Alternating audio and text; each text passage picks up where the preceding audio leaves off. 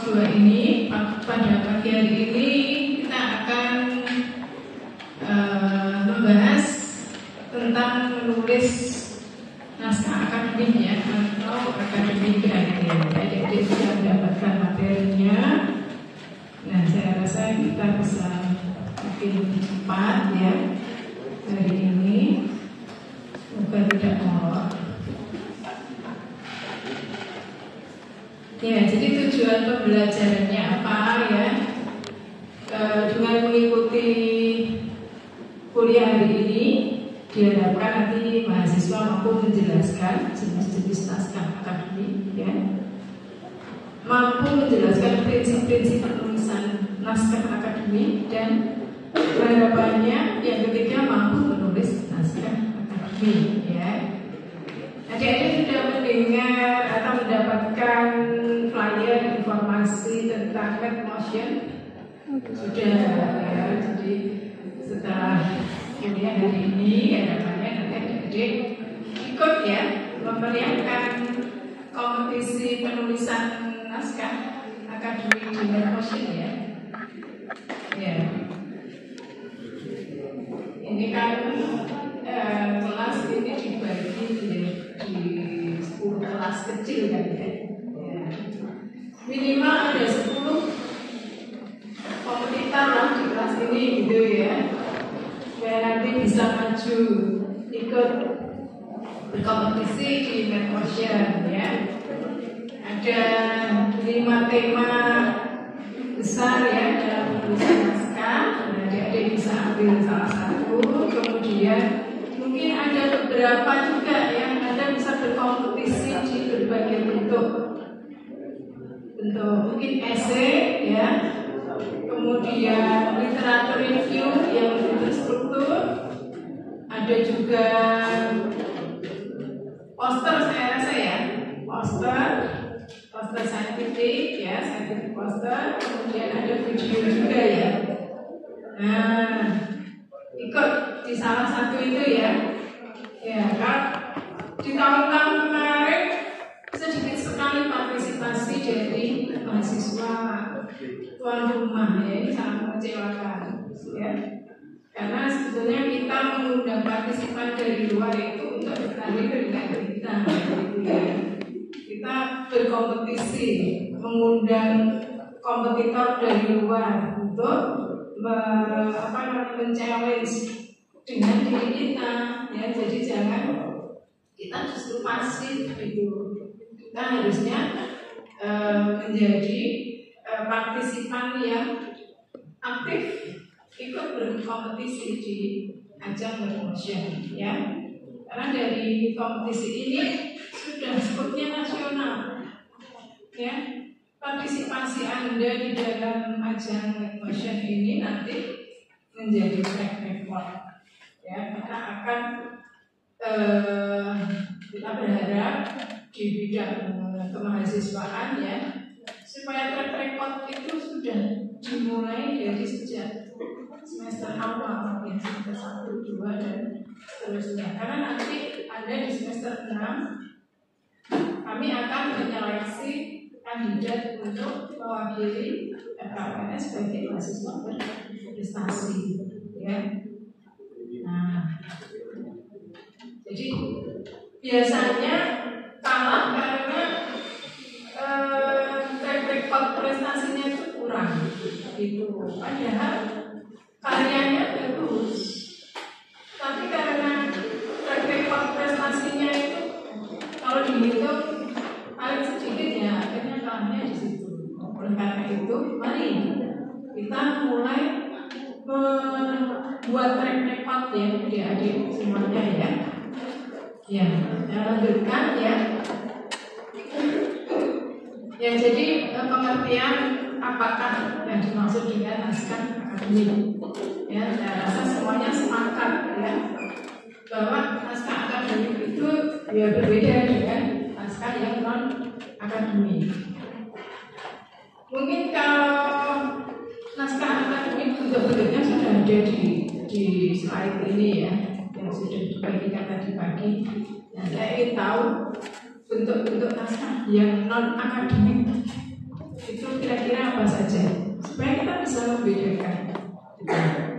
Mas Galih mungkin.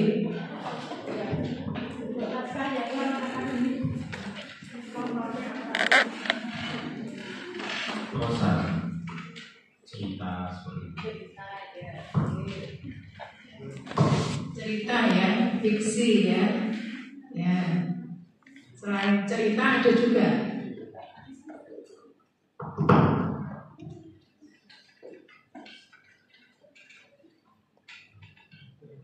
cerita itu juga bentuknya banyak sekali ya. Silakan sebutkan salah satu saja. Sekarang sudah nggak perlu baca gitu ya.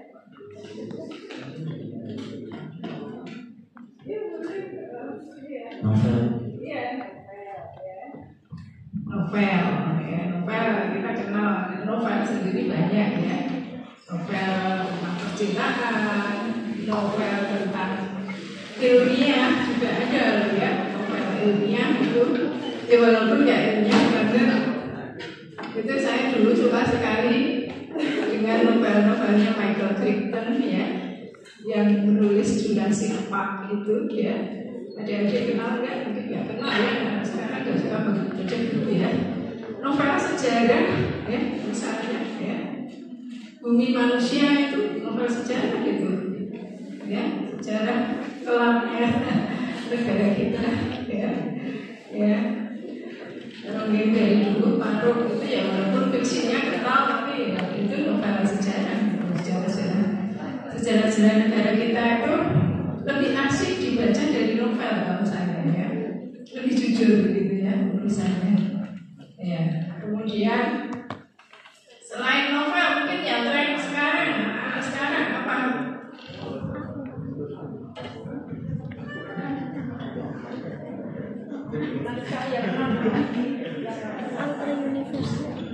Cerita pendek. Ya, cerita pendek ya, cerita pendek. Sekarang mulai ada kelompok-kelompok penulisan cerita pendek gitu ya. Baru kelompok-kelompok di Facebook misalnya ya. Tuh kelompok-kelompok kreatif ya. Mungkin ada lagi yang lain di sini. Loh, kok dilempar-lempar? Atau nggak kenal sama sekali? Nggak kenal sama sekali bacaan? Nggak kenal. Mungkin di sini menyebutkan naskah akademik yang mungkin pernah dibaca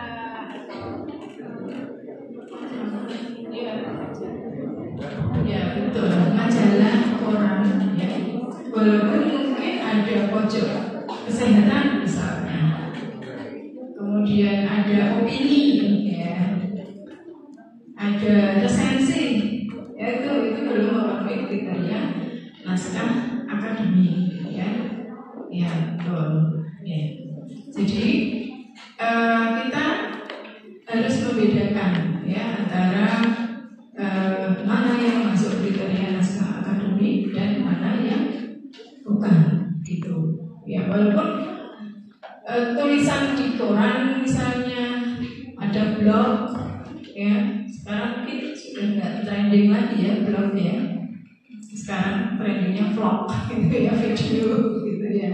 Kalau zaman awal-awal saya jadi dosen masih blog itu menjadi bentuk baru dari bentuk aktualisasi diri seseorang gitu ya. Bisa blog ilmiah, bisa blog lifestyle dan sebagainya ya. Kalau sekarang vlog ya, video lebih interaktif, lebih penontonnya ataupun pemerhatinya pasif saja bisa menyerap informasi gitu ya. Kalau blog itu memang naskah teks yang ditulis secara online gitu ya. Nah, walaupun penulisnya mungkin akademisi, tetap belum bisa memenuhi kriteria naskah akademik ya. Nah, apa sih kriteria naskah akademik ya? Jadi yang dimaksud naskah akademik ini apabila memenuhi kriteria ya ini mengikuti aturan ya, aturan tertentu yang bersifat baku ya, sesuai dengan jenis naskahnya. Ya, di sini menyampaikan ide gagasan yang didukung dengan rujukan ya. Ya. Menyampaikan ide dan gagasan yang didukung dengan rujukan itu juga bisa dilakukan dalam bentuk blog ya, dalam bentuk opini, dalam bentuk apa namanya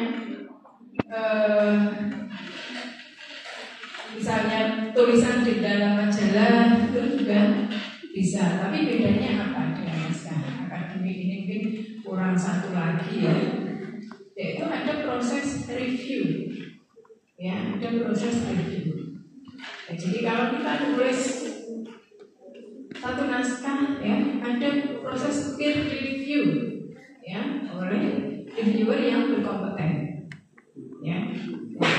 Sehingga naskah yang sudah melalui peer review maka dia sah dijadikan sebagai naskah akademik yang kemudian bisa mempunyai intellectual property ya, mempunyai hak karya cipta ya, bisa digunakan sebagai rujukan itu ya. Jadi kenapa kalau di koran, naskah koran atau blog itu nggak boleh atau tidak direkomendasikan sebagai rujukan ya.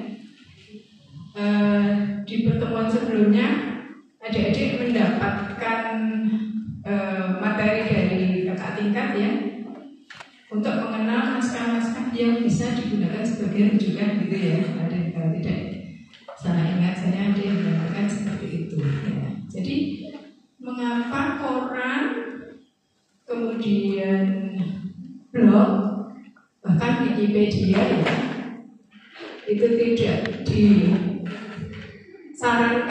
atau tidak direkomendasikan menjadi rujukan di dalam penulisan naskah akademik ya. Mungkin ada yang bisa menjawab mengapa? Mungkin salah satu bisa menyampaikan alasannya mengapa, padahal blognya itu blog seorang profesor itu misalnya, kenapa tidak boleh dijadikan rujukan ketika kita menulis naskah akademik? Mengapa? Mungkin yang di depan punya pendapat apa saja, tidak ada yang salah.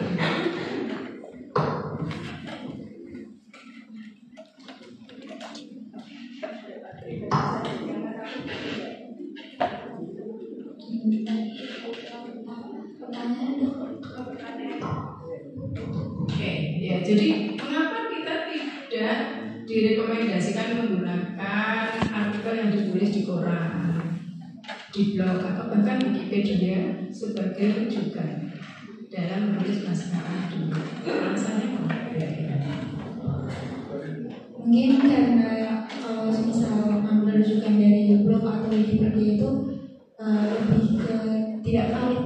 Maksudnya kalau misal mau dibuat rujukan kan harus ada apa ya, lebih ke sumbernya yang pasti. Itu biasanya kalau di blog kan belum pasti sumbernya yang pasti. Ya, di sini ada satu terminologi tidak valid. Nah, kenapa kok dianggap tidak valid gitu atau tidak reliable ya? Tidak cukup layak untuk dipercaya gitu. Kenapa kira-kira Nur Aziza?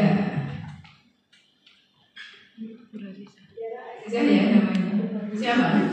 Oh, Hendo. Oh, ya kan salah orang. Mengapa kok tadi dikatakan tidak layak dipercaya?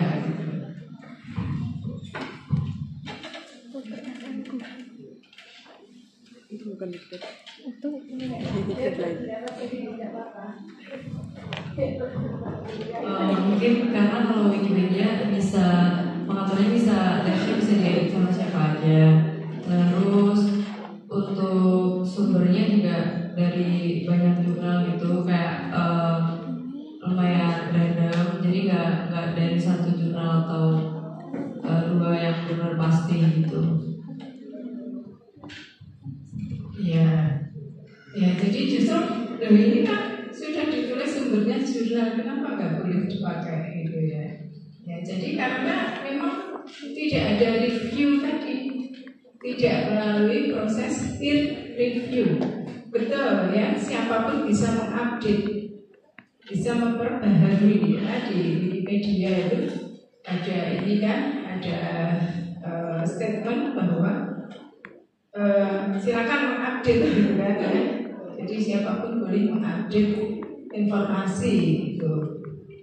Nah, jadi poinnya adalah karena naskah-naskah seperti di koran, blog, Wikipedia itu tidak ada review secara saintifik gitu oleh reviewer yang sesuai gitu ya. Nah, jadi sehingga karena tidak ada proses review, maka kita tidak merekomendasikan tulisan-tulisan baik di koran, blog maupun di Wikipedia itu untuk dijadikan referensi atau rujukan. Nah, tadi disebutkan kalau di Wikipedia itu kan ditulis berdasarkan referensi yang banyak. Nah, mana yang bisa kita gunakan? Ya itu referensinya, ya kita telusuri referensinya. Kan kalau di Wikipedia itu citasinya bagus ya. Kita klik saja angka yang melekat pada informasi itu. Nah, kita dibawa ke sumber pustaka yang dirujuk. Nah, jadi yang kalau mau kita pakai yang dipakai sumber pustakanya. Ya, jadi penulisan di dalam sumber pustaka itu bukan Wikipedia-nya, tetapi naskah yang kita baca, yang kita telusuri lewat thread dari Wikipedia. Ya, jadi itu ya. Jadi akademik itu mengikuti aturan tertentu, ditulis dengan bahasa yang baku, ya. Kemudian isinya bukan fiksi, ya. Isinya adalah ide gagasan, didukung oleh citasi, ya. Ada referensi dan melalui sebuah review. Nah, ketika sudah direview, ya, satu naskah itu dia bisa diajukan hak karya intelektualnya dan bisa dipublikasi untuk dibaca orang lain dan bisa dirujuk oleh siapapun yang ingin menggunakan. Ya. Nah, bentuk-bentuk naskah akademik ya, ada artikel review, ada laporan kasus, laporan penelitian, buku, skripsi, tesis, disertasi, ya. Jadi artikel review, ya, nanti yang dikompetisikan di Netmotion itu ada essay, ya, essay gagasan tertulis. Nah, itu bisa kita tulis mengikuti pola artikel review, ya. Laporan kasus ini apa? Jadi misalnya klinis ya, ada kasus yang unik gitu, ya. Saya bersama beberapa akademisi dari bagian badan menulis laporan kasus tentang kasus higromacoli pada dewasa, gitu, misalnya. Ya, jadi ada higromacoli, higromacoli itu suatu kondisi klinis yang sebetulnya kongenital. Nah, tapi ini ditemukan pada orang dewasa, gitu kan ya, sesuatu yang rare, jarang, gitu. Nah, ini kasus yang unik. Dan kemudian kita laporkan, dan ketika higromacoli itu kemudian kita treatment dengan metode baru dan sukses. Nah, itu kita laporkan. Jadi tidak hanya dilaporkan kasusnya saja, tetapi juga tindakan dan keberhasilan dari tindakan yang kita lakukan. Itu contoh laporan kasus. Kemudian laporan penelitian, ya, atau juga dikenal sebagai original report, ya. Jadi hasil penelitian yang dilaporkan. Kemudian Kemudian buku, textbook ya, adik-adik menggunakan banyak textbook dalam belajar di kedokteran. Nah itu juga naskah akademik. Kemudian skripsi, tesis, disertasi ya. Nanti adik-adik akan menulis skripsi sebagai salah satu portofolio Anda sebagai sarjana kedokteran ya. Nah, skripsi Anda direview nggak sih? Direview dari proposal aja sudah diuji ya. Ada pengujinya, ada pembimbingnya. Kemudian setelah lolos ujian proposal ya, seminar proposal, kemudian dilaksanakan penelitiannya, hasil penelitiannya direview tidak? Direview lagi. Pasca Anda diuji oleh tim penguji ya, maka tidak hanya satu orang ya. Kalau di tempat kita ada 3 orang. Nah, kemudian maka harus dipublikasi juga hasilnya ya. Jadi Anda nanti menghasilkan minimal 2 naskah akademik selama menjadi sarjana kedokteran ya. 1 skripsi dan 1 publikasi hasil penelitian Anda ya. Nah, Anda bisa mulai membuat naskah akademik dari sekarang ya, ikut kompetisi membuat karya ilmiah ya. Kita mulai dari artikel review dulu karena Anda kan belum melakukan penelitian ya. Jadi sebagian besar dari isi perkuliahan hari ini kita akan membahas artikel review.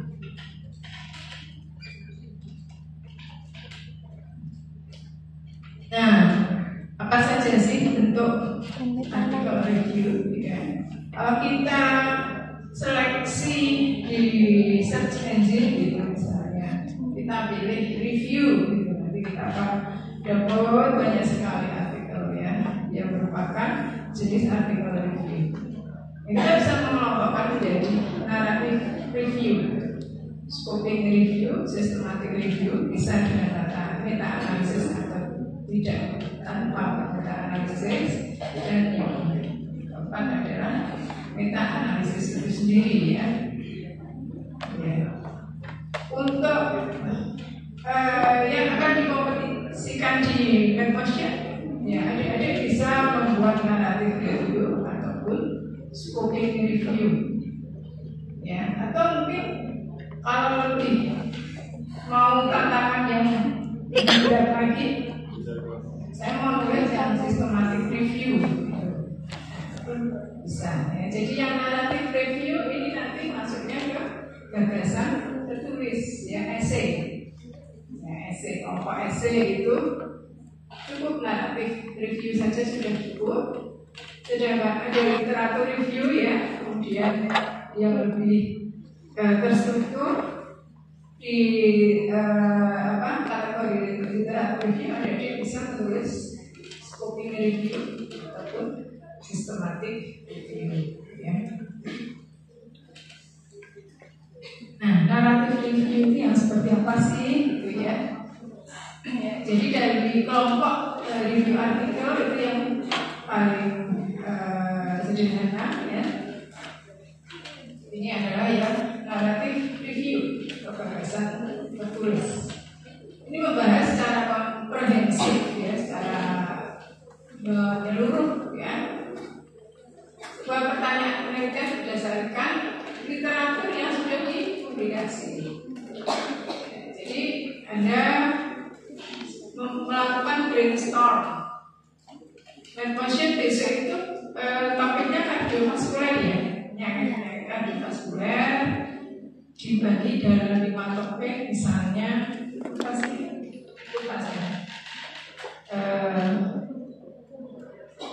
penggunaan bahan alam untuk penyakit-penyakit sebagai kandidat terapi atau pengembangan terapi penyakit kardiovaskuler. Kemudian implementasi digital mungkin ya, dalam upaya peningkatan kesadaran masyarakat terkait penyakit kardiovaskuler. Kemudian kebaruan teknologi terapi dalam penanganan atau deteksi dini penyakit kardiovaskuler kongenital, ya. Dua lagi apa saya lupa. Nah, adik-adik bisa pilih salah satu dari tema besar itu, kelompokan tema itu, ya. Nah, kemudian boleh memilih penyakitnya sendiri, ya. Kardiovaskuler itu apa saja sih yang termasuk kategori penyakit kardiovaskuler? Hipertensi, ya, hipertensi. Tuh yang paling banyak ininya, prevalensinya mungkin, ya. Kardiovaskuler. Terus gangguan karena penyakit jantung iskemia, ya. Di penyempitan arteri koronaria misalnya, ya. Penyakit jantung terkait dengan kongenital, ya. Adanya defect pada atau misalnya penyakit jantung karena infeksi, ya, endokarditis, ya, rheumatoid arthritis yang dipicu oleh infeksi beta hemolitikus, ya, streptococcus beta hemolitikus itu misalnya. Nah, adik-adik boleh ambil salah satu dari yang mana itu, ya. Nah, tahap pertama ketika kita sudah menentukan pertanyaan penelitian yang akan kita bahas, ya. Nah, kemudian memilih sumber pustaka sesuai dengan topik pembahasan.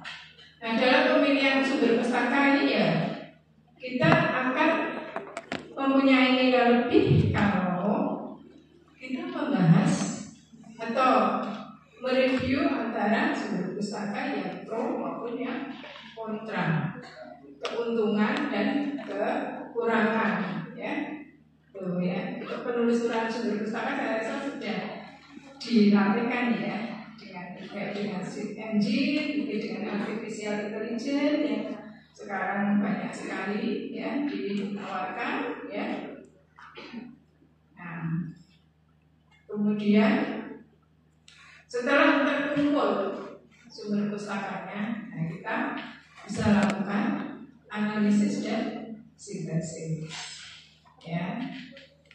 Kemudian kita tulis, ya, strukturnya seperti apa, ya. Ada pendahuluan sebagai overview, kemudian kita bisa membagi subtema dari apa yang akan kita bahas, ya, dalam analisis, ya. Kemudian kita diskusikan temuan utama dari apa yang kita temukan di dalam analisis.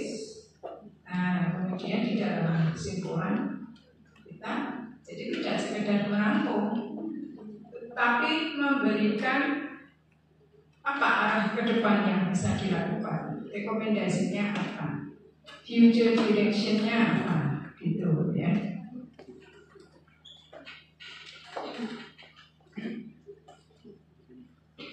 Nah, jadi secara umum naskah itu bisa kita bagi menjadi 3 bagian besar, ya. Bagian pendahuluan, ya, overview atau introductory, ya. Kemudian bagian isi dan bagian kesimpulan. Nah, apa yang akan kita tulis, apa tujuan penulisan kita, itu sudah harus muncul sejak di pendahuluan, ya. Seperti kita membaca naskah, ya, kita akan merasa terbantu kalau sejak dari pendahuluan itu kita sudah diberitahu naskah ini nanti akan membahas apa, gitu, ya, di dalam satu kalimat yang sederhana, gitu. Sehingga kita tidak perlu membaca keseluruhan naskah untuk memutuskan bahwa oh, naskah ini sesuai dengan kebutuhan saya, gitu, ya. Kita baca di pendahuluan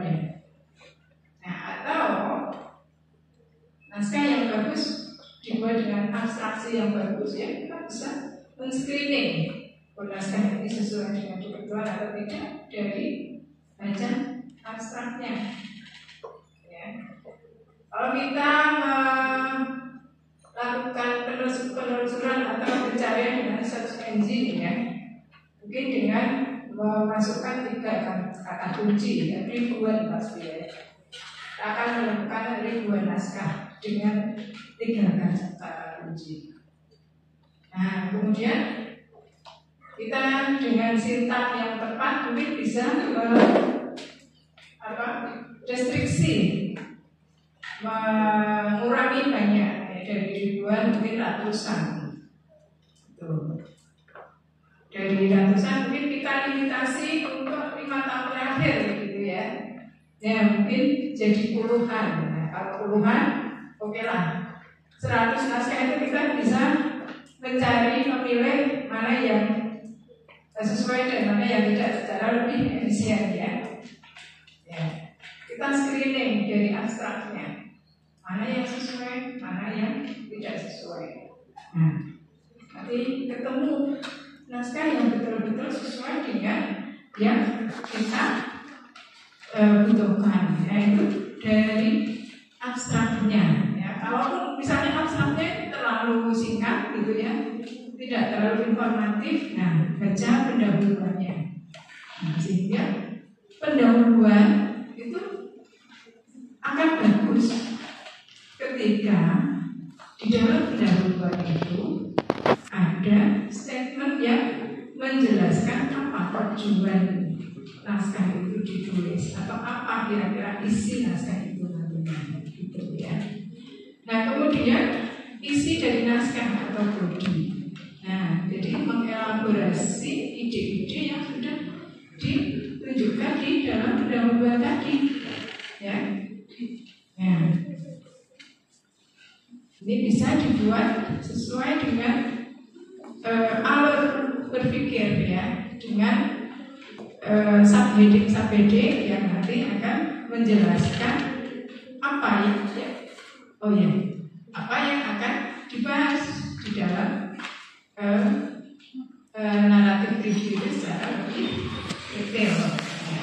Di situ kita bisa nanti akan mendapatkan beberapa hal sebagai temuan-temuan kunci, gitu ya. Nah, kita bisa kemudian buat section discussion, ya, pembahasan, diskusi atau pembahasan. Nah, pembahasan itu kita bahas temuan yang menarik tadi, misalnya kok ada pro kontra. Nah, ada hal yang tidak belum disetujui di antara para ahli, gitu. Nah, di situ kita bisa membahas. Nah, kemudian dari pembahasan kita, maka kita bisa buat simpulan, ya.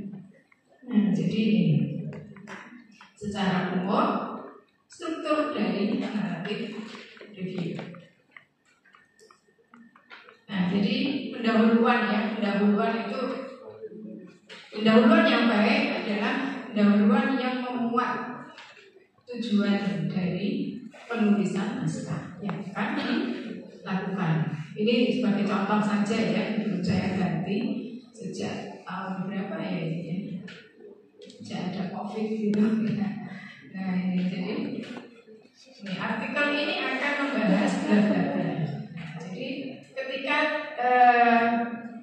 pembaca pendahuluan kita, maka dia akan membayangkan, oh nanti di dalam artikel ini akan dibahas atau mekanisme terjadinya akut respirasi sindrom akibat infeksi virus. Nah, kemudian secara lebih detail dibagi menjadi subtopik.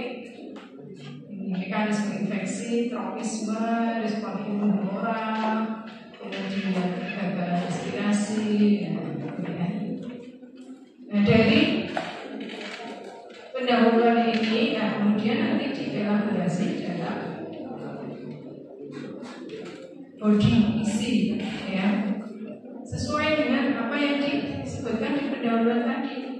Jadi mengenai infeksi, tropisme, ya, interaksi antara reseptor dan virus. Kemudian tentang respon imun, kemudian tentang badai sitokin. Nah, dari paparan ini nanti akan muncul satu insight, ya, insight terkait mekanisme infeksi sampai terjadinya respiratory distress akibat infeksi virus, sebagai salah satu contoh saja. Nah, ketika kita mendapatkan pemahaman tentang ini, maka akan terpikirkan, oh berarti harusnya terapinya ditujukan untuk menghambat infeksi virusnya atau menghambat badai sitokinnya atau menguatkan atau meminimalisir kerusakan akibat badai sitokin, gitu misalnya, ya.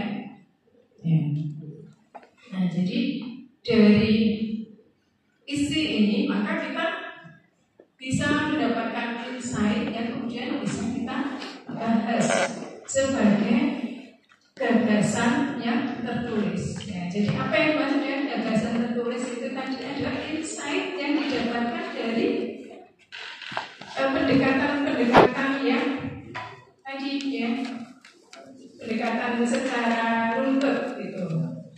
Nah, yang ini semua dari publikasi orang, dari apa yang sudah ditulis orang atau bahkan sudah ada di buku, ya. Tapi kemudian dari apa yang sudah dipublikasi, sudah ditulis di buku, kita punya gagasan. Gagasan ini kita bahas, gitu ya. Nah, sehingga simpulannya kita bisa di dalam kesimpulan itu memberikan rekomendasi apa yang bisa dilakukan selanjutnya, gitu. Jadi dalam simpulan ini, ya, bersifat perspektif, ya. Jadi apa langkah ke depan yang akan bisa dilakukan? Nah, jadi menyebutkan indikasi atau peluang lebih lanjut terkait hal yang dibahas dalam isi naskah. Nah, kalau ini, ya, berdasarkan pemahaman terhadap satu mekanisme tersebut, perlu dilakukan penelitian lebih lanjut untuk mengembangkan terapi suportif. Ya, dalam pembahasan kita sudah memasukkan itu, ya, kemungkinan-kemungkinan atau potensi-potensi terapeutik yang bisa kita usulkan, ya. Tetapi karena memang itu belum sesuatu yang belum dilakukan di masa lalu, maka rekomendasi kita perlu tetap diuji, ya, sehingga bisa dengan pengamatan klinis, ya. Nah, kita ketika menghadapi COVID, ya, itu terjadi suatu hal yang ada shortcut, ya, antara proses penggunaan terapi baru, gitu, ya. Mungkin adik-adik waktu itu masih SMA, ya, masih belum begitu berpikir nanti aku masuk ke dokteran, gitu, ya. Mungkin belum punya pikiran, gitu, ya. Nah, pada waktu itu, ya, kita dihadapkan dengan banyak sekali pendapat, usulan, informasi bagaimana untuk menghadapi COVID, ya. Ada yang mengusulkan kloroquine, ya, obat malaria. Ada yang mengusulkan ivermectin, ya, obat cacing, ya, untuk menghambat infeksi virus, ya. Ada yang mengusulkan kayu putih, itu minyak kayu putih, ya, bahkan ada yang minyak dikalungkan, gitu, kan. Mungkin, ya, waktu itu sempat mengikuti kondisi kepanikan pada saat waktu itu, ya. Ya, itu semua kan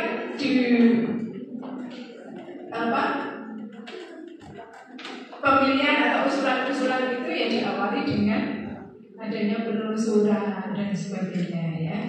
Nah, tapi memang semua itu harus diuji. Nah, hebatnya ya pada waktu itu orang langsung bersedia untuk digunakan untuk menguji diri sendiri ya. Orang rame-rame beli kloroquin, tetap di rumah gitu, minum kloroquin walaupun belum ada gejala gitu ya. Kemudian ivermectin itu sampai barang itu hilang di pasaran gitu ya.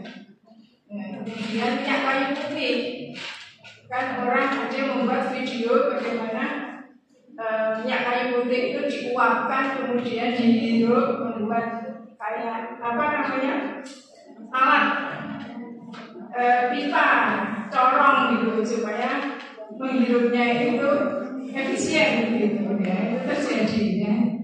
Itu ya hebatnya pada waktu itu semua orang menyediakan dirinya untuk menjadi subjek penelitian sendiri, dan sayangnya hasilnya juga tidak terlaporkan. Artinya karena orang itu mendengar informasi kemudian menguji coba untuk dirinya sendiri, maka follow up hasil terapinya ada perbaikan atau tidak terrecord, tidak terekam dengan baik, dan akhirnya hilang begitu saja. Nah itu ya sehingga itu sebagai suatu gambaran bagaimana ketika kita berada di dalam situasi yang darurat ya, semua hal itu menjadi dilakukan secara spontan tanpa memikirkan benar atau tidaknya satu usulan. Nah sekarang kondisi sudah mulai normal, maka ide-ide gagasan itu bisa kita tuliskan dengan lebih terstruktur, lebih baik, dan kita bisa memberikan rekomendasi yang nanti bisa dilanjutkan dalam tahap uji coba gitu ya. Ini saya coba contohkan salah satunya review ya.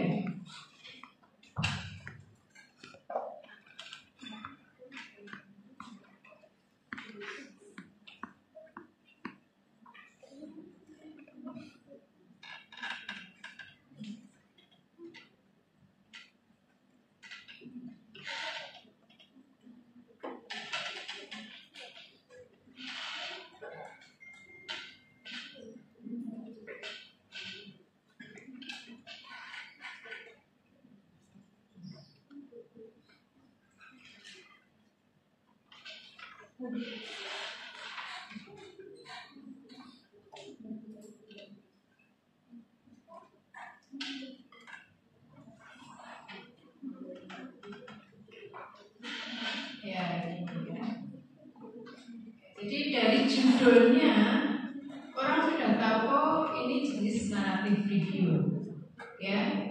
Ketika orang tahu ini jenis narrative review, maka dia tidak akan berharap mendapatkan suatu analisis yang dalam ya, selevel meta analisis. Nah, apa saja yang ditulis dalam narrative review terkait corollary fase ini ya. Nah, di sini penulis membuat abstrak ya.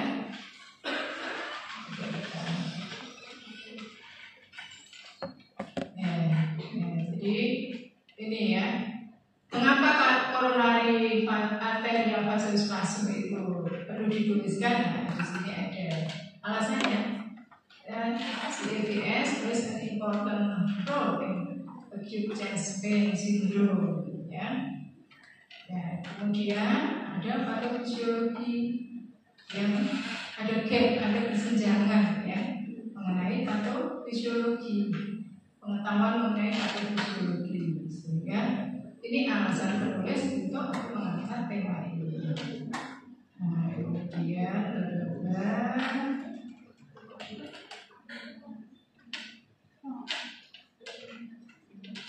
ya, jadi kita bisa membaca kira-kira isinya apa nanti di dalam narrative review. Nah, ini ada the role of pharmaceutical targeting oxidative stress remain incompletely understood. Nah, jadi setelah tulisan naratif review ini masih ada PR, ya. PR mengenai peran pharmaceutical targeting oxidative stress, ya, misalnya ada senyawa-senyawa yang bersifat antioksidatif ini yang mungkin menjadi kandidat untuk menangani coronary artery vasospasm, tetapi belum diketahui dengan baik, ya. Jadi pembahasan di dalam naratif review ini nanti bisa memberikan ide penelitian lanjut mengenai penggunaan pharmaceutical targeting oxidative stress untuk kasus-kasus coronary artery vasospasm itu. Nah, sebetulnya bagaimana? Ya, dimulai dengan introduction, ya. Nah, kemudian dari introduction ini dipecah, kemudian pembahasan isinya ada patofisiologi, epidemiologi, etiologi, ya. Kemudian diagnostiknya, kemudian terapi yang sudah ada, jenis-jenis terapi yang sudah ada apa saja. Nah, tidak berhenti di situ saja. Nah, ini ada future direction. Jadi penulis tidak sekedar merangkum informasi yang sudah ada di dalam literatur atau publikasi, tetapi memberikan nilai lebih dengan memberikan future direction, apa yang bisa dilakukan kemudian.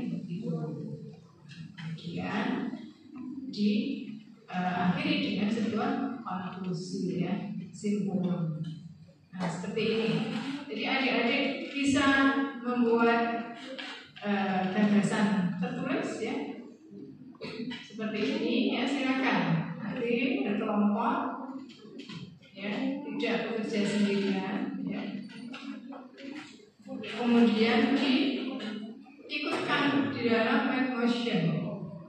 Anda bisa ngajak kakak kelas, ya, bisa ngajak teman seangkatan, ya. Adik-adik sudah masuk di unit kegiatan mahasiswa, sudah masuk jadi anggota UKM, ya, berinteraksi kan dengan lintas angkatan loh. Ini apa namanya angkatan ini biasanya punya nama-nama sendiri. Namanya Kostrave.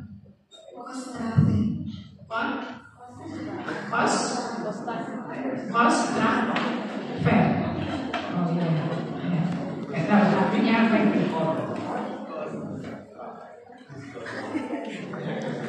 Oh, poste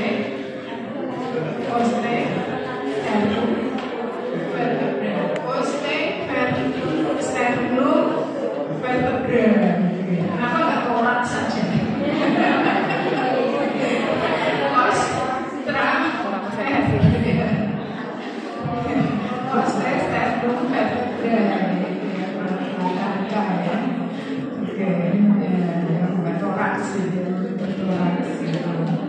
Nah, angkatan ini bisa berkolaborasi dengan kakak tingkat, gitu, ya.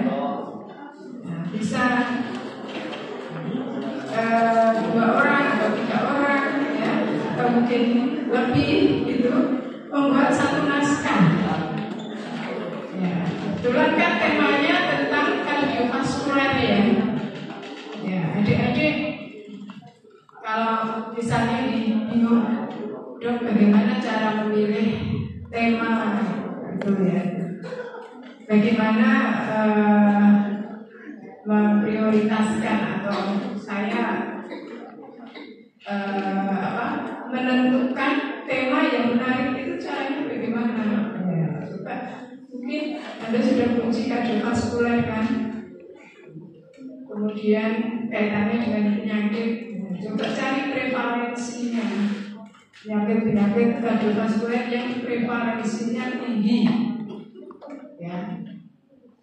Kalau penyakit itu prevalensinya tinggi kan berarti dia menjadi problem yang perlu dibahas kan. Nah, atau penyakit-penyakit yang jarang tetapi sekarang kejadiannya ada juga, jadi kayak tadi laporan kasus tadi ya, karena keunikannya maka dia dilaporkan. Ya. Penyakit-penyakit yang kegagalan terapinya masih tinggi atau death fatality case-nya itu tinggi, misalnya penyakit jantung koroner, ya, akut myocardial infarction, gitu, AMI atau STEMI, nah, seperti itu. Silent killer kan ya. Jadi bisa prevalensinya tinggi, death fatality case-nya tinggi, kegagalan terapinya tinggi, atau jarang tetapi mulai banyak ditemukan. Mungkin kita ya. Adik-adik bisa mencari ide dari situ.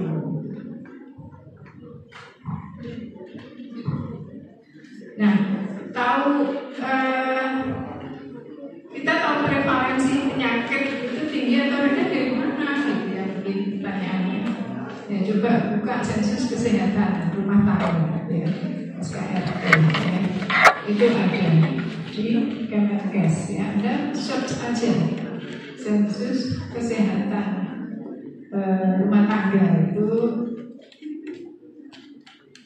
memang nggak selalu update ya, karena sensus kita itu jelek ya.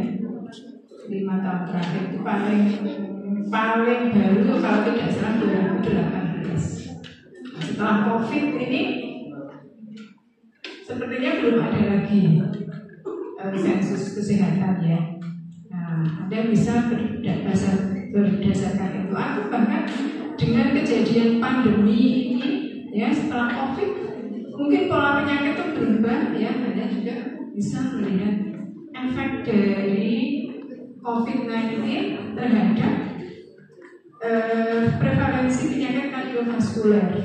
Nah, itu juga bisa menjadi satu kasus yang menarik ya, karena survivornya kan banyak ya, survivor dari COVID-19 itu. Nah, mereka kan menjadi orang-orang yang berisiko untuk mengalami penyakit kardiovaskuler di masa mendatang gitu. Jadi bisa mengkaitkan dengan itu. Ya.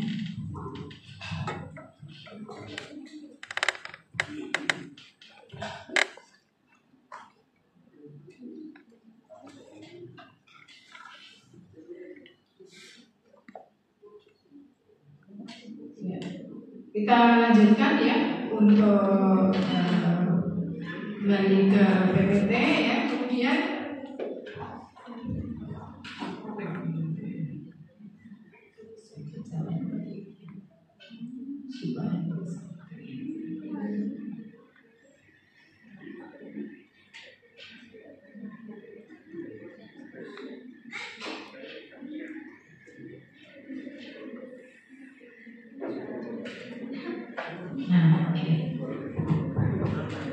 ya, kemudian kita lanjutkan scoping review. Ini lebih terstruktur dibandingkan narrative review ya, ada bedanya.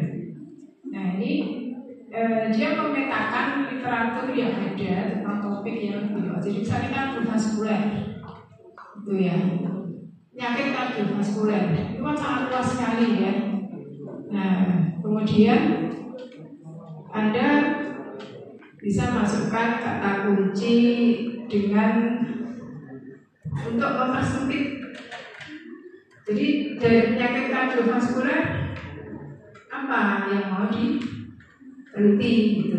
Mungkin penyakit yang kronik atau penyakit yang akut gitu dari kardiovaskuler, atau mungkin infeksi atau non infeksi gitu, atau mungkin terkait dengan lifestyle gitu ya. Anda bisa masukkan kata kunci yang khusus pada search engine Anda. Nah, kemudian Anda bisa melakukan analisis pemetaannya dengan menggunakan metode bibliometrik analisis ya. Memang ini perlu latihan khusus, sebetulnya nggak begitu susah ya. Ada AI yang bisa digunakan ya untuk melakukan bibliometrik analisis ini. Nah, ini yang paling senang melakukan bibliometrik analisis itu Dr. Nanang Wiono ya. Artinya beliau ikut di course 2 ini ngajari kalian melakukan bibliometrik analisis ya. Nah, kalau nanti adik-adik yang telah tertarik oleh tentang Dr. Nanang Wiono, beliau selalu menyediakan waktu ya dengan appointment ya mengajari siapapun yang ingin belajar itu. Ya. Nah,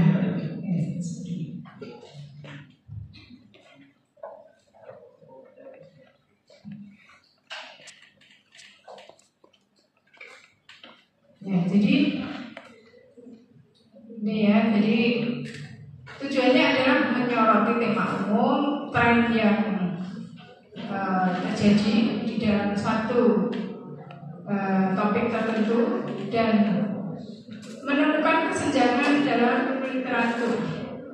Ya, jadi menemukan kesenjangan ya, tanpa menilai kualitas bukti dan membuat kesimpulan definitif terkait apa yang sudah dilaporkan.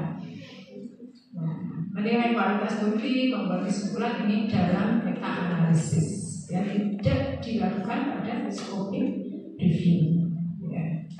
Nah, kemudian jadi ini tadi tujuannya memberikan gambaran tentang luas jangkauan dan kegiatan penelitian terkait tema yang kita bahas. Nah, cara melakukan pencarian literaturnya dilakukan secara terstruktur menggunakan kata kunci yang khusus ya, kita batasi dengan kata kunci dan kemudian dilakukan pemetaan data untuk mengidentifikasi studi yang relevan untuk mengekstrak informasi utama ya.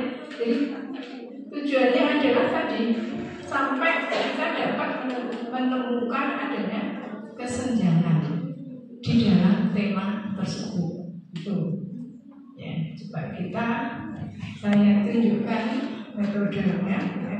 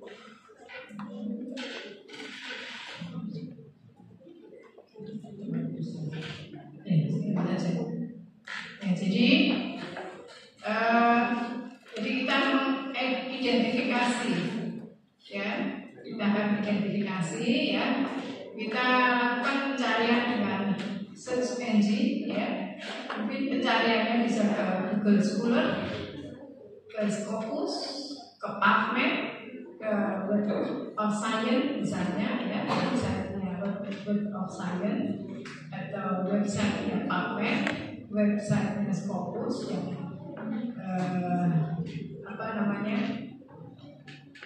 berisi banyak artikel-artikel ya, atau ke Google Scholar pun juga bisa ya, tapi kalau Google Scholar memang nanti munculnya terlalu banyak ya, dan bisa lebih mudah untuk merestriksi melalui PubMed, Web of Science ataupun Scopus.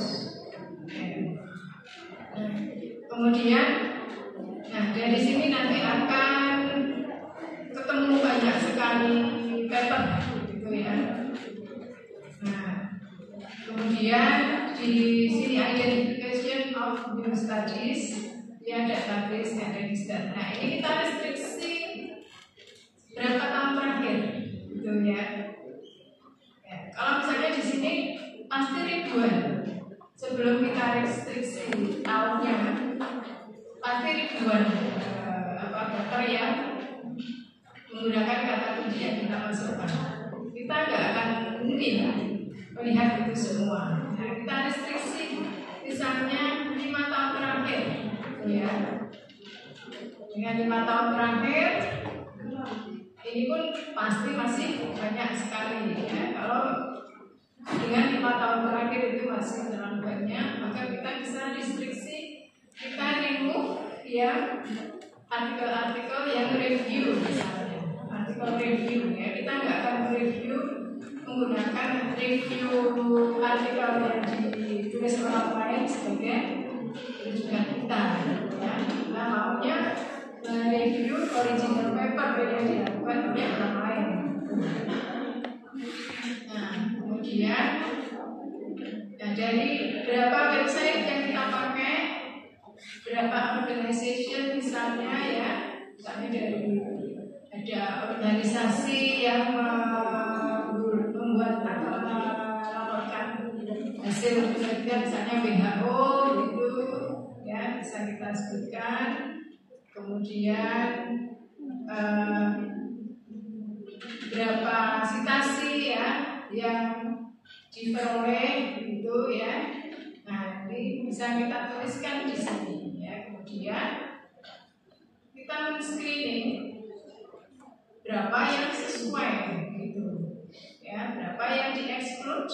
Kemudian ini ya, berapa yang tidak bisa dicapai karena mungkin bukan open source gitu ya, bukan artikel yang open access. Nah, kita buat. Kemudian kita tulis di sini. Kemudian di assess eligibility-nya ya, jadi kelayakannya mungkin bahasanya ya, kita nggak bisa berbahasa Prancis ya, naskah yang berbahasa Prancis kita exclude saja. Kita nggak bisa bahasa Jepang misalnya, naskah yang berbahasa Jepang di exclude. Kelayakannya bisa dari segi bahasanya, atau juga kelayakan dari kontennya, bisa kita exclude. Kemudian kita akan ketemu berapa akhirnya naskah yang akan kita analisis, ya. Nah, jadi kalau ingin review maka kita tuliskan ini sebagai bagian dari metode. Jadi metode penulisan, metodenya. Tuh ya. Oke. Kita kembali ke sini.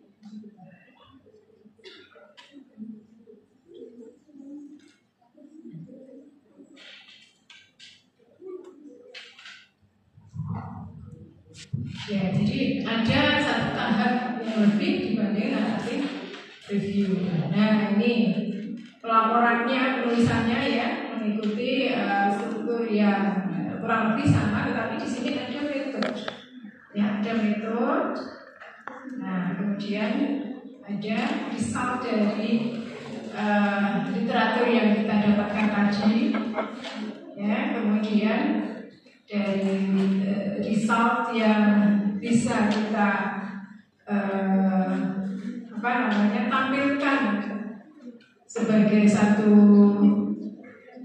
subheading seperti pada narrative review. Kemudian kita mendapatkan temuan-temuan yang bisa didiskusikan, ya. Nah, kemudian hasil akhirnya kita buat dalam simpulan secara singkat. Itu. ini ya. Ini yang tadi saya tampilkan itu yang systematic review ya. Yang scoping review yang ini tadi di sana tadi. Yang scoping review itu lebih sederhana seperti ini. Nah, yang tadi yang saya tampilkan tadi itu untuk systematic review ya. Jadi penelitian tadi sana. Ya, kemudian systematic review ya sama seperti scoping review tetapi lebih detail tadi ya. Metodologinya ya. Yang tadi saya pilih tadi ya di systematic review tadi. Jadi lebih kita memasukkan eligibility kriteria. Misalnya di sini kita akan hanya mereview paper-paper yang secara statistik memenuhi kriteria itu ya. Ada metode untuk menganalisis eligibility kriteria. Jadi ada Cochrane risk of bias ya. Jadi kita akan mengeksklusif paper-paper yang biasnya tinggi gitu. Kemudian ada skala untuk mengukur eligibility kriterianya juga, skala Bechdel utama ya. Nah, ini tuh ahlinya Prof. Ari Probandari, Dr. Fitri Widianisa yang di IKM, karena memang banyak sekali naskah-naskah di Public Health ya, analisis, melakukan meta analisis. Nah, karena apa? Meta analisis ini merupakan evidence base yang levelnya paling tinggi untuk digunakan atau untuk nantinya digunakan untuk pengambilan kebijakan kesehatan, termasuk terapi, ya. Nah, untuk adik-adik nggak harus yang selevel systematic review, ya. Scoping review sudah boleh, ya. Tapi di beberapa tahun yang lalu ada yang melakukannya sampai systematic review dan bagus, ya. Jadi juara kedua kami. Juara kedua Medmotion itu mahasiswa UNS, ya. Dan sekali saya sebagai juri, ya. Ya. Nanti adik-adik ikut ya menulis submit untuk kompetisi di Medmotion. Oke, nah kemudian ini yang akhir adalah meta analisis. Ya, meta analisis. Jadi ini jadi memang ada ini ya, uji vokal tadi sama skala tadi ya, memang harus dipenuhi betul-betul ya eligibilitas dari paper yang digunakan untuk meta analisis memang betul-betul harus terpenuhi. Nah, untuk ini saya sendiri bukan ahli di dalam melakukan meta analisis. Nah, akhirnya Prof. Probandari, Fitri itu ya. Nanti adik-adik kalau saya skripsinya mau bikin meta analisis saja, nggak mau yang boleh, bisa ya, bisa. Karena apa? Meta analisis itu menjadi evidence base yang tertinggi loh levelnya untuk membuat kebijakan kesehatan ya. Jadi adik-adik kalau tertarik nanti saya mau buat meta analisis saya untuk skripsi saya, boleh ya. Silakan nanti belajar dengan Prof. Ari Probandari, Tri Widianisa ya, yang ahli di. Nah kemudian tadi ada tujuan ketiga ya adik-adik, kedua ya adik-adik tahu prinsip-prinsip penulisan naskah akademik. Ini prinsip-prinsipnya ya. Jadi tata penulisan naskah akademik ya harus menggunakan bahasa baku, bersifat objektif, terukur. Ya, objektif itu terukur, bisa diukur dan menggunakan skala ukur, ya, angka, ya. Nah, kemudian singkat dan tepat, concise, tidak bertele-tele, ya. Kemudian pemilihan kata diksi, ya,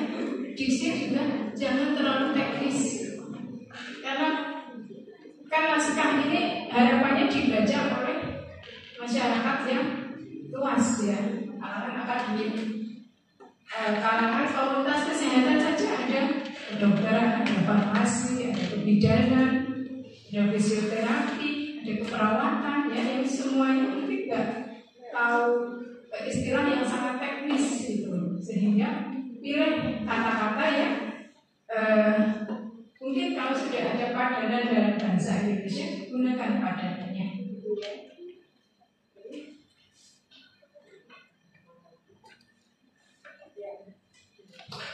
Kalaupun misalnya, oh ini belum ada padanannya dan tidak ada kata pengganti yang lebih umum, nah Anda perlu jelaskan, ya, perlu berikan penjelasan sehingga semua orang tahu. Misalnya kemarin di debat cawapres kan ada yang pakai istilah sulit gitu ya. Nah, istilah sulit itu kan nggak semua orang tahu ya. Jadi perilaku seperti itu nggak bisa dimainkan di dalam ya, perilaku yang membuat mudah menjadi sulit itu tidak diterima di dalam komunikasi akademis gitu ya. Jadi kalau terpaksa harus menggunakan istilah yang sangat teknis, nah diberi penjelasan gitu ya. Nah karena walaupun sama-sama di bidang kedokteran ya, ada spesialis kardiovaskuler ya, PJP, jantung dan pembuluh darah, ada spesialis obstetrik ginekologi, ada spesialis penyakit dalam, ada spesialis penyakit kulit, ada spesialis kesehatan jiwa. Enggak semua tahu satu terminologi itu secara tepat gitu, sehingga siapapun yang membaca diharapkan bisa paham dan mengerti dengan satu interpretasi yang sama. Ya, sudah gitu.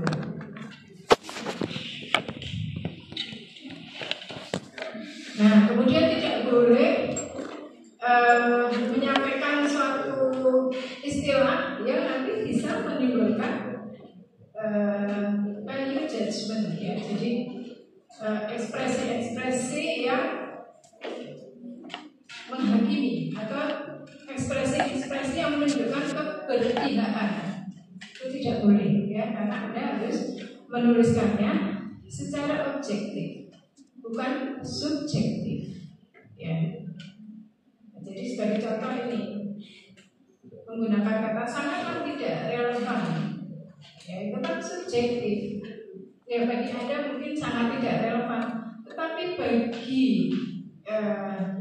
ilmuwan yang lain ya mungkin itu relevan gitu, sehingga ini menjadi kalau ditulis dengan seperti ini, nah ini akan menjadi tindakan yang menimbulkan value judgment ya, itu tidak boleh.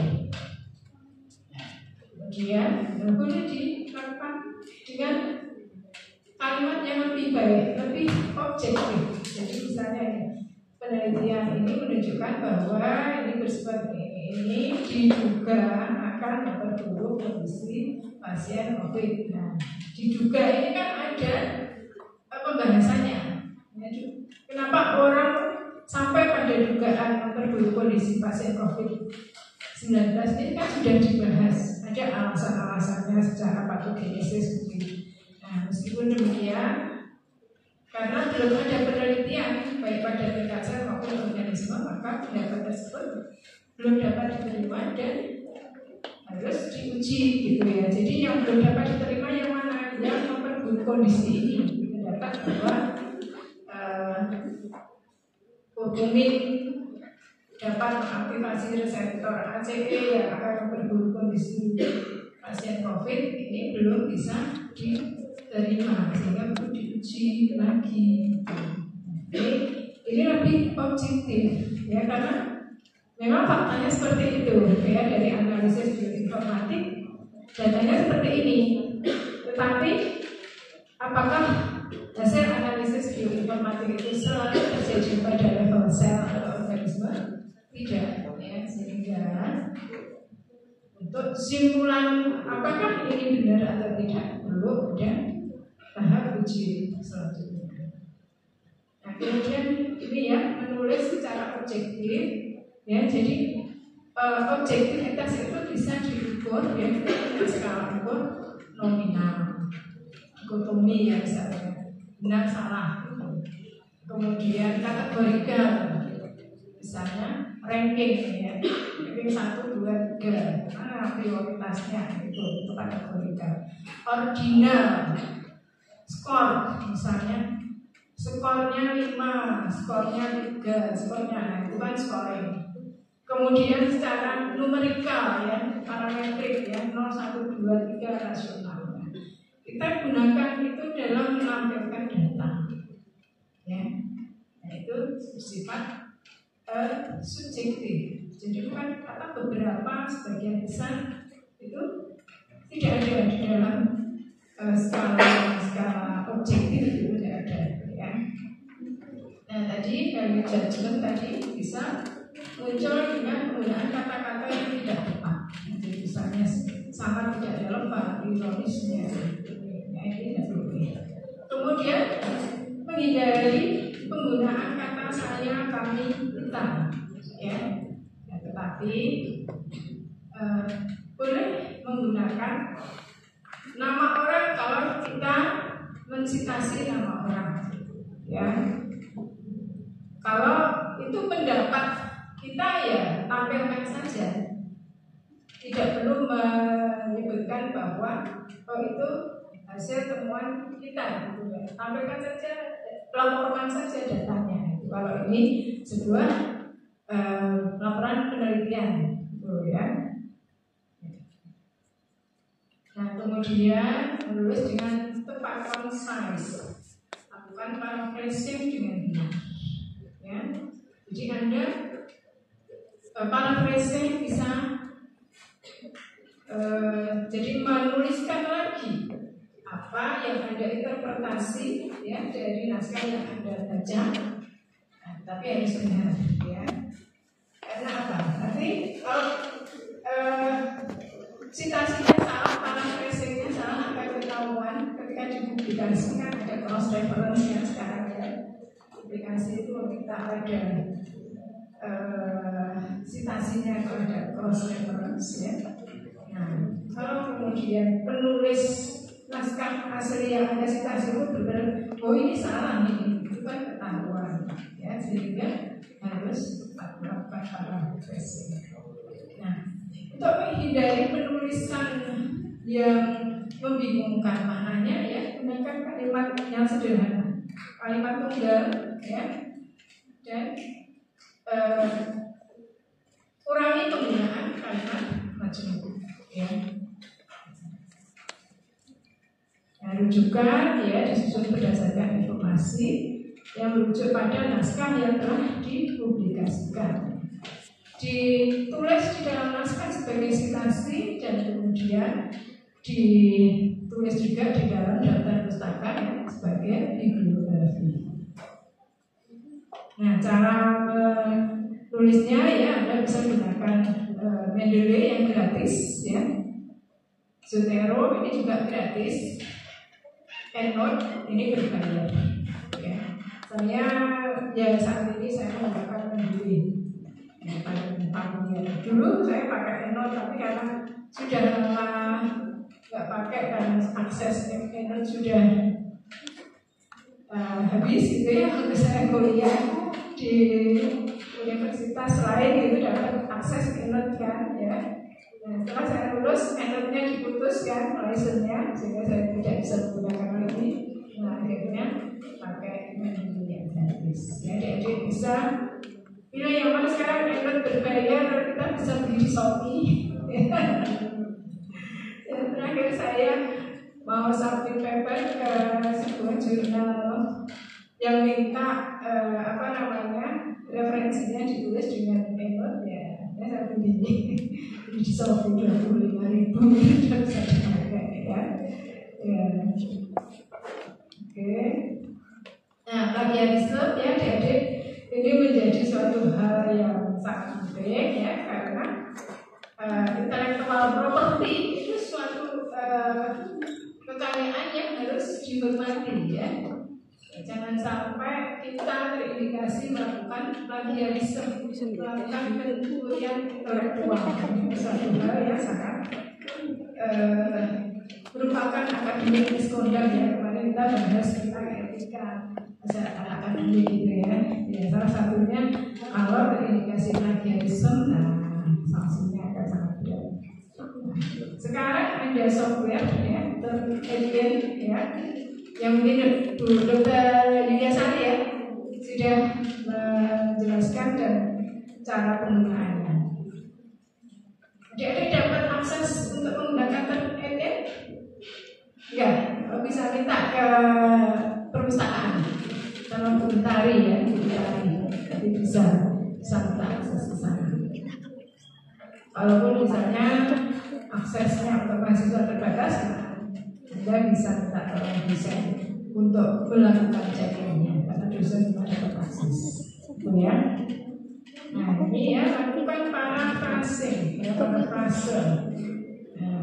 Lakukan paraphrase dan paraphrasenya ya harus concise, harus sesuai harus ditaruh.